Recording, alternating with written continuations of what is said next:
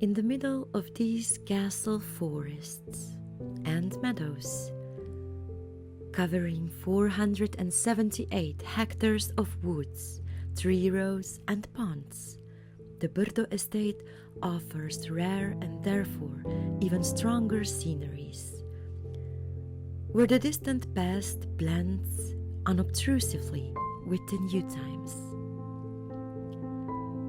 The Renaissance castle was built at the beginning of the 16th century.